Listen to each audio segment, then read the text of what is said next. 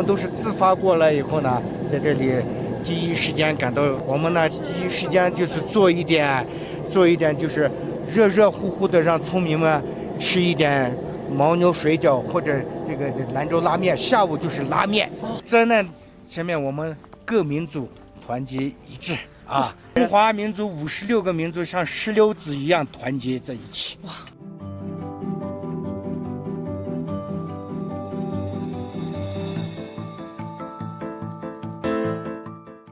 给儿童啊那些还有老人，就是心理抚慰啊那些，会是腾出一个帐篷做了一个儿童空间。很害怕，然后山上里来了一些消防员，我就不怕了。